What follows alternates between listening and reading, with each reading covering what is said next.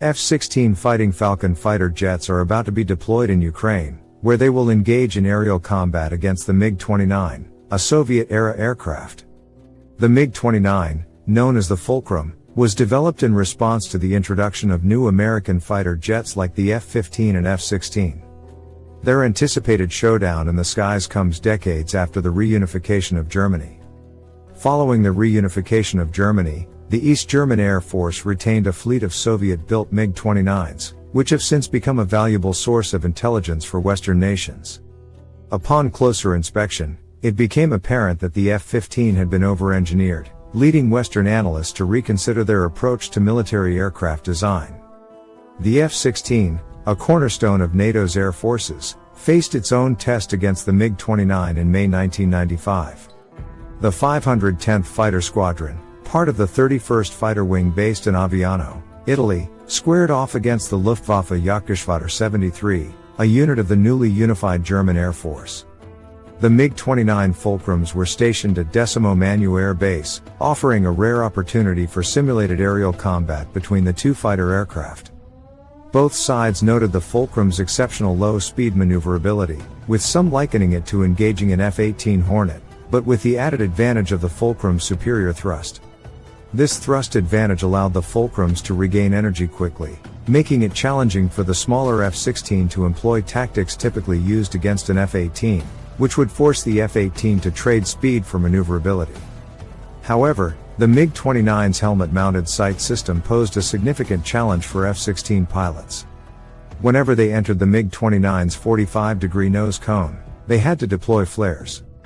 The introduction of the helmet-mounted sight system marked a turning point for fighter jets, stemming from the 1970s, when the South African Air Force downed Soviet MiG-21s and MiG-23s using locally developed helmet-mounted sights. This prompted the Soviet Union to initiate an urgent program to counter this South African technology, resulting in the development of the helmet-mounted display and the high off-bore sight missile, the R-73. In 1985, the MiG-29 integrated both systems, enabling Soviet pilots to launch missiles in the direction they turned their heads. This expanded 45-degree engagement cone gave the MiG-29 a significant edge over conventional fighters, limited to a smaller, forward-facing targeting cone.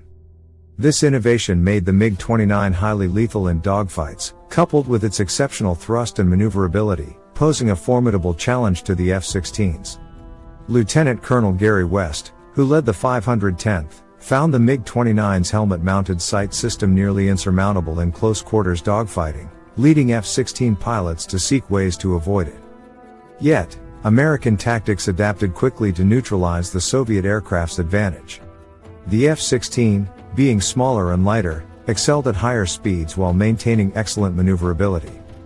Maintaining an airspeed of approximately 325 knots allowed F-16s to outmaneuver the MiG-29s and nullify the helmet-mounted sights advantage. When the Americans and Germans swapped aircraft, the MiG-29's shortcomings became more apparent.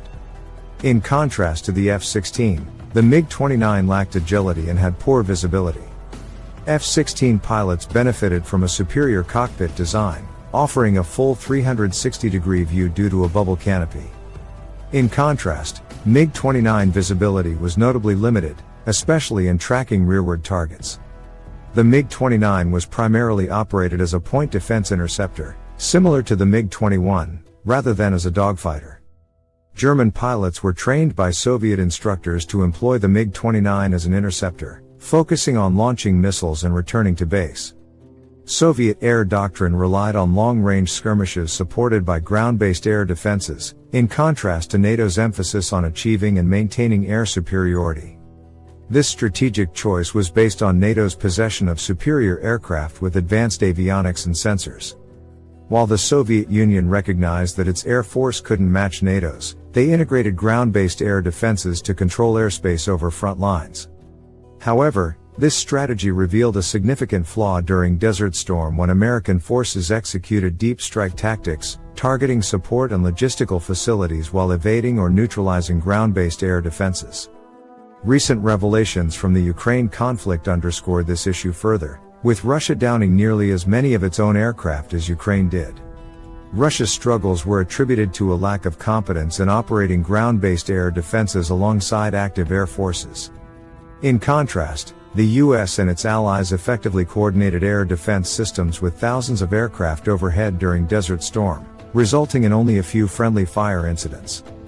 Present-day Russia operates in a theater twice the size but with approximately a quarter of the aircraft, leading to numerous friendly fire incidents. Returning to the comparison between the MiG-29 and the F-16, American pilots found that while the MiG-29 posed a significant threat in the initial stages of a close-quarters dogfight, the F-16's superior